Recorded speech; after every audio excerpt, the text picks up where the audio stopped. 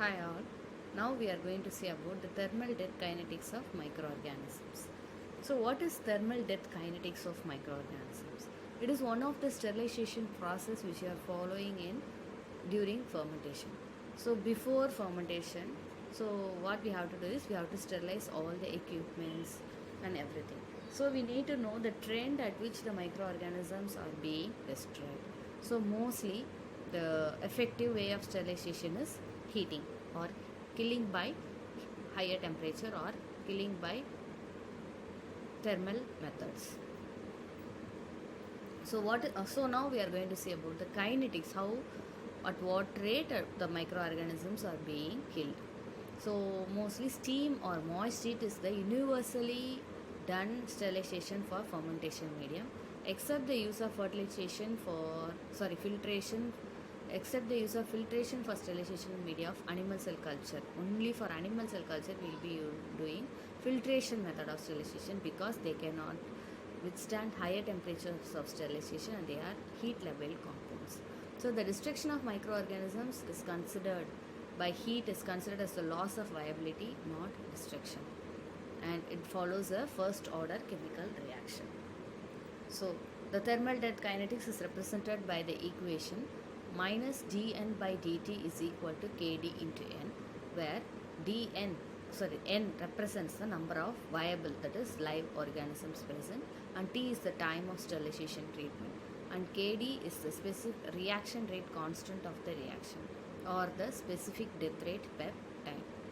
So on integrating the above equation, we get nt from 0th time to a particular time of t, and with at the range of n0 to nt by n0 we'll get the equation as nt by n0 is equal to e power minus k dt, where n0 is the number of viable organisms present at the start of the sterilization treatment, and nt is the number of viable organisms present during the treatment period.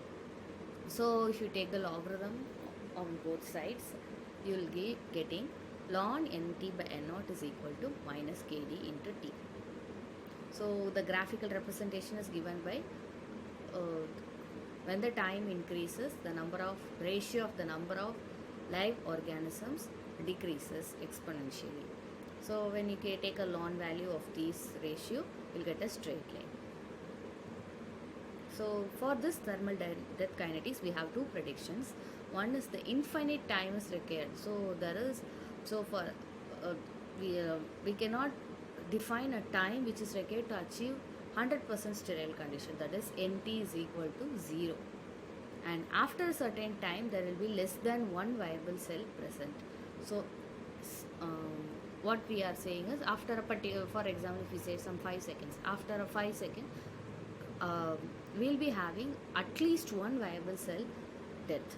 Okay, so the initial number of cells is 100, means 99 number of cells will be there at after a particular time. So these are the two predictions which we are following for thermal death kinetics. The ratio of n0 by nt is the inactivation factor, and the ratio of nt by n0 is the survival factor.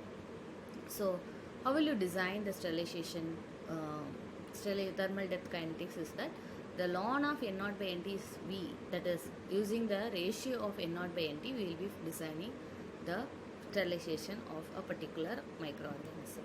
So in the above equations, k is a constant which expresses the specific death rate, and it increases sharply with temperature and can be experimentally determined for an organism using the above equation. So if you have a media in which we have a particular spores are present, so what happens is, when the time increases on applying heat during sterilization, the number of microorganisms, that is, it is a spore, so it has to be first activated. So the graph follows a trend, like it will first increase, the number of microorganisms first increase at a particular level, then the spores get activated, and then it will decline, it will undergo the death phase. And if you have if you do a sterilization process where the death of spores is completely compensated by the heat activation of spores, you won't have a peak you'll follow a stationary phase and then suddenly a decline phase. Then if you have a mixed culture consisting of a whole culture, a sensitive organism and a resistant organism, the trend follows this. The continuous line indicates a sensitive organism which are very sensitive to heat, and they form and they come and they undergo death phase immediately at a shorter time. But if you take a resistant organism, it will take a longer time to come to the death stage. And if you consider a whole culture which is a mixture of sensitive and organism, it will be the intermediate time. And so if you have a culture containing a large number of resistant organisms, it will take very longer time for it to start, and it will take longer time to undergo the death phase. So these are the different types of thermal death kinetics of a particular microorganism, and the trend followed is being given. Thank you.